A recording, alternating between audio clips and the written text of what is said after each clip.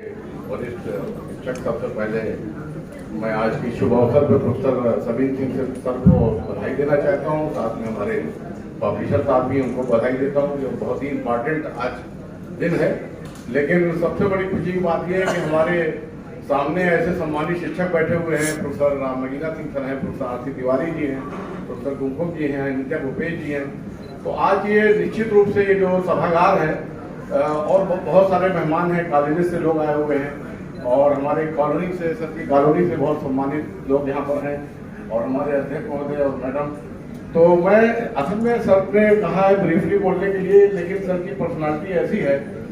कि मुझे एक अमिताभ बच्चन का डायलॉग याद आ रहा है, आपने भी सुना होगा कि प्रोफेसर सबीर सिंह सर जहां से खड़े होते हैं लाइन वहीं से शुरू होती है। तो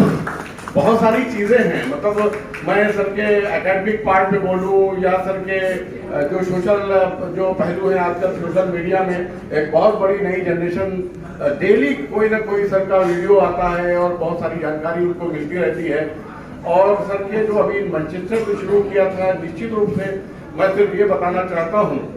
क्योंकि सर ने तो 1985 में गए मैनचेस्टर, उसके बाद IGI की स्थापना हुई यहाँ पर, लेकिन 2017 की बात सर ने बड़ी ब्रीफली बताई और जिसका नज़ारा मैंने इंटरनेशनल लेवल पे दिल्ली में नहीं बल्कि बाहर जाके जब देखने को मिला, तो मुझे ये गर्व हुआ कि इंडियन इंस्टीट्यूट ऑफ जियोमॉर्फोलॉजी के फोरम से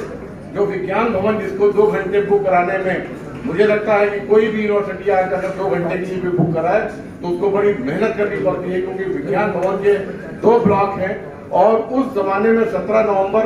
2017 में जब कॉन्फ्रेंस हुई थी तो 6 दिनों के लिए वो बुक कराई गई थी। और मैं आपको बताऊं कि 57 देशों के 526 फॉरेन डेलीगेट थे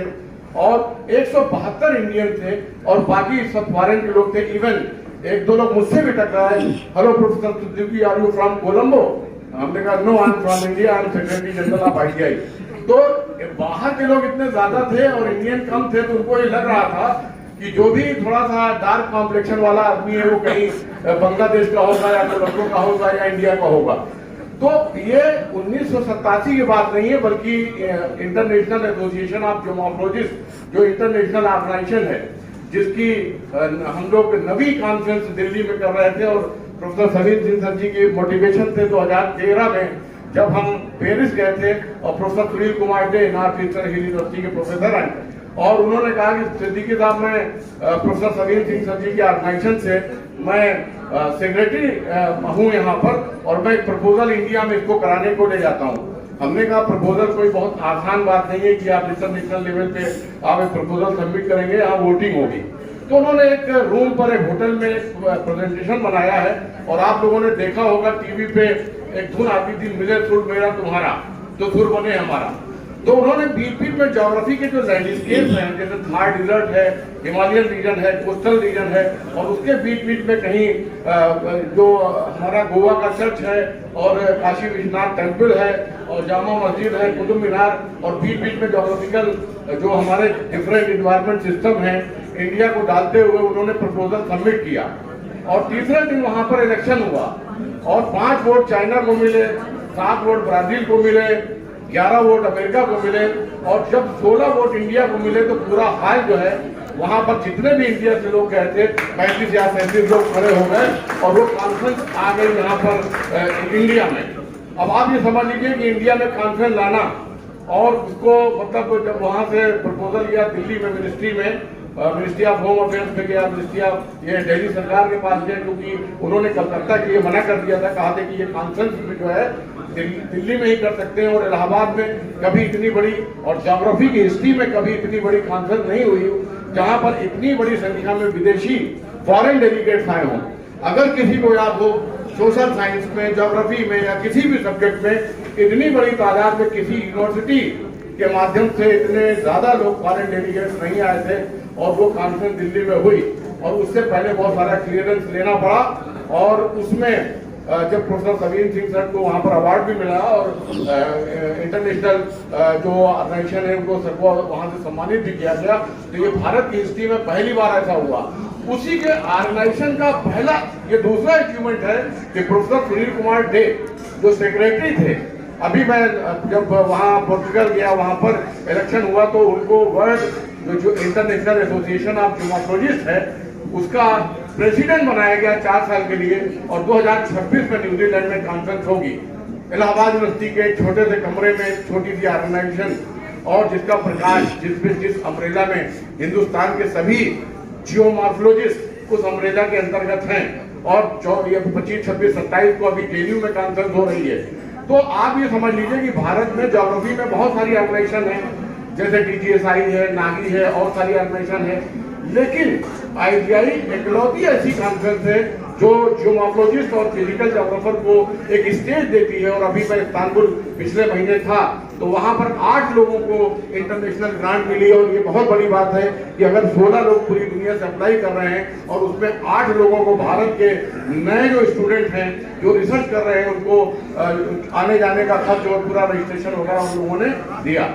तो ये सब जो है सर, क्योंकि समय ज़्यादा नहीं है और बाहर से लोग आए हुए हैं, तो मैं आपके लिए बस यही कहता हूँ कि और अनिता जी हैं तो इनके सामने मैं गलत शायरी भी नहीं पेश कर सकता हूँ। और उन्होंने कहा कि जब अच्छा, तो जैसे कि दूसरा भी डायलॉग में अमिताभ बच्चन के सहारे दिलूँ में, क्योंकि यहाँ पर आम लोग हैं तो फिल्म के डायलॉग से ज्यादा आसानी से समझ में आ जाता है। एक फिल्म थी दीवार, जिसमें अमिताभ बच्चन और शशि कपूर हुआ करते थे। उसमें कहते थे तुम्हारे पास गाड़ी है, बंगला है, बैंक बैलेंस है, तुम्हारे पास क्या है? दोनों भाइयों में आपस में डायलॉग चल रहा होता है, तो कहते हैं